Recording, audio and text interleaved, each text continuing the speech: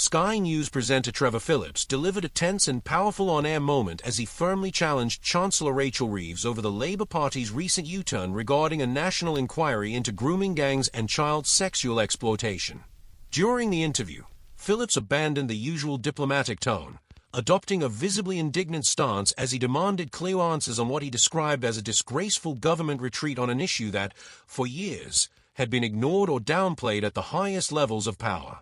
The controversy centers on how successive governments have handled the sexual abuse scandals in towns such as Rotherham, Rochdale, Telford, and others across England, where thousands of minors, the vast majority of them girls, were systematically exploited over decades by organized groups of abusers. Local and national authorities failed to intervene effectively, and several official reports, including the 2014 J report and subsequent reviews led by Louise Casey, concluded that many of these failures were not due to ignorance, but to political reluctance to be seen as racist or Islamophobic, given that many of the perpetrators in these cases came from British Pakistani backgrounds. Against this backdrop, Phillips confronted Reeves over the fact that for months, members of the Labour Party had dismissed, discredited, and even mocked those calling for an independent national investigation. These voices, now vindicated, were often branded as reactionaries, extremists, or linked to far-right groups. The underlying message was damning. While thousands of victims waited for justice, public debate was stifled by ideological concerns and institutional cowardice. Many of those who spoke out at the time, survivors, grassroots campaigners, social workers, whistleblowers, and concerned local residents, were not only ignored, but subjected to public ridicule, backlash, and suspicion. Some lost their jobs, others were investigated simply for raising concerns that the authorities were failing in their duty to protect vulnerable children. Now, under mounting public pressure, the Labour government has reversed its stance and announced a legally backed national inquiry, a move it had repeatedly rejected until just weeks ago. This sudden shift comes in the wake of a damning audit led by Baroness Casey, which laid bare the systemic failures and a political culture unwilling to confront the uncomfortable reality for fear of political fallout. During the interview, Reeves attempted to redirect the focus toward the future, emphasizing the importance of safeguarding victims and enacting meaningful reform across social services, policing, and the justice system.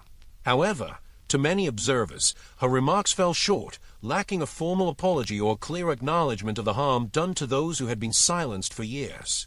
What is at stake here is not only the protection of children going forward, but also accountability for what has been a colossal systemic failure. For years, the Labour Party and much of the political establishment chose to preserve a carefully managed narrative that avoided cultural or racial tension, even if it meant turning a blind eye to the systematic abuse of British children. And when ordinary citizens dared to speak the truth, they were marginalised and branded as problematic. Phillips stressed that now that the gravity of the issue is finally being officially recognized and a national inquiry is underway, simply changing course is not enough. Those who were smeared and vilified for sounding the alarm deserve more than silent vindication. They deserve a public apology, moral redress, and, most importantly, justice for the victims. The Chancellor, for her part, highlighted that the government has begun implementing more than 200 recommendations from previous investigations, including those set out in the J and Casey reports. She pointed out that convictions related to these crimes have reached record highs in the past year, and that Prime Minister Keir Starmer is fully committed to taking practical steps to restore public trust in institutions. Reeves also noted that, unlike previous administrations, the current government is following through on the commitments made under the J Review, one of the most comprehensive inquiries into child abuse in the UK. She also reminded viewers that Starmer, during his time as Director of Public Prosecutions, led the push for the first convictions in the Rochdale case, a record, she claimed, that shows his commitment to victims. Despite these assurances, skepticism remains strong among child protection charities and many whistleblowers who have spent years watching their concerns dismissed. While the announcement of a national inquiry is certainly a necessary step, it comes after more than a decade of institutional negligence and a political culture more focused on reputation management than on confronting uncomfortable truths. Whether this new investigative process will deliver genuine justice, long-term change, and structural reform in how the UK responds to child sexual exploitation remains to be seen. What are your thoughts on all this? Let me know in the comments. In other news, Nigel Farage has publicly welcomed Keir Starmer's decision to launch a national inquiry with full legal powers into the child sexual exploitation scandal involving grooming gangs in the UK, a deeply troubling issue that has shaken numerous communities for years and has been marred by institutional cover-ups and political inaction. The leader of Reform UK, who had made such an inquiry a key promise in his party's manifesto released in April, described the move as a positive step in a statement issued on Saturday afternoon. According to Farage, it represents a welcome shift in direction from the Prime Minister. However, he also used the opportunity to issue a warning to the Labour Party. The investigation must be conducted with integrity, free from constraints and any attempt to downplay the scale of the crimes involved. He stressed that a legally empowered inquiry, if carried out thoroughly and without interference, has the potential to expose the many failings of the British establishment. But he insisted that this would only be possible if the process remains transparent. In his words, this must not become yet another cover-up. It is time for victims to receive the justice they deserve and for perpetrators to face the full force of the law. Other senior figures from Reform UK also responded. The party's deputy leader, Richard Tice, described the move as a major U-turn by Starmer, arguing that it was driven by growing pressure from Reform UK. Tice suggested it was no coincidence that, once again, Labour had adopted a policy that was originally championed by Reform. Sarah Pochin, a former magistrate and newly elected Reform MP, added that a clear and publicly accessible timetable for the inquiry must be established immediately. She emphasized that affected communities and survivors have already waited far too long, warning that the process must not be allowed to become mired in bureaucratic delay. She called for prompt and concrete answers. In her view, those in positions of authority who enabled these crimes through inaction must be held accountable, and she made clear that Reform UK will not allow this issue to be swept under the rug. Labour MP for Rochdale, Paul Wool, also spoke out, expressing his support for the Prime Minister's decision.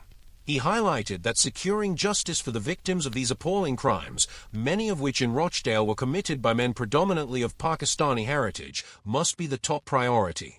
Wool stressed that justice involves more than simply prosecuting individual offenders.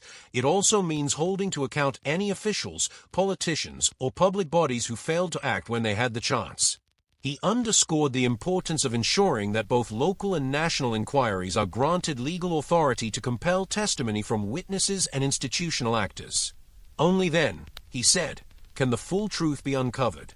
Wool also made it clear that no institution should be beyond the reach of this investigation, not political parties, not local councils, not police forces, not social services, nor any specific community. The pursuit of truth, he argued, must have no exceptions. Former Reform MP Robert Lowe, a leading figure in the grassroots push for justice, also weighed in. Lowe has raised over £600,000 through a crowdfunding campaign in support of a full inquiry. He described the government's decision as a significant victory for the tens of thousands of people who have backed the cause. However, he warned that this move alone does not guarantee justice. He pointed out that in many cases, local councils failed even to collect basic data on victims, that many survivors were denied compensation and support, and that some public officials with links to these crimes remain in post. For Lowe, all of this points to deeply rooted institutional corruption that must be addressed. From the Conservative opposition, Shadow Justice Secretary Robert Jenrick was unequivocal. He reminded the public that Keir Starmer had initially dismissed calls for a national inquiry, branding them a far-right talking point. He accused the Prime Minister of ignoring the pleas of victims and their advocates for months on end. In Jenrick's view, Starmer was dragged reluctantly into doing the right thing only due to mounting public pressure. While he welcomed the fact that victims may now finally get the justice they deserve, he insisted that Starmer is not the kind of leader the country needs. He concluded by saying that real consequences must now follow, not just for the direct perpetrators, but for everyone who played a role in enabling or concealing the abuse. The announcement of a legally binding national inquiry marks a significant shift in how the political system is responding to this long-running scandal. The decision has been welcomed by victims, campaigners, and political figures across the spectrum. But alongside this support comes rising pressure to ensure that the process is rigorous, truly independent, and protected from political interference. For many, this is not just about establishing the truth. It is also about securing long-overdue justice and accountability after years of denial, silence, and systemic failure. What do you think about everything we've covered today? Let us know in the comments. And if you haven't already, give this video a thumbs up and subscribe to the channel for more updates on UK affairs. Thanks for watching. See you in the next video.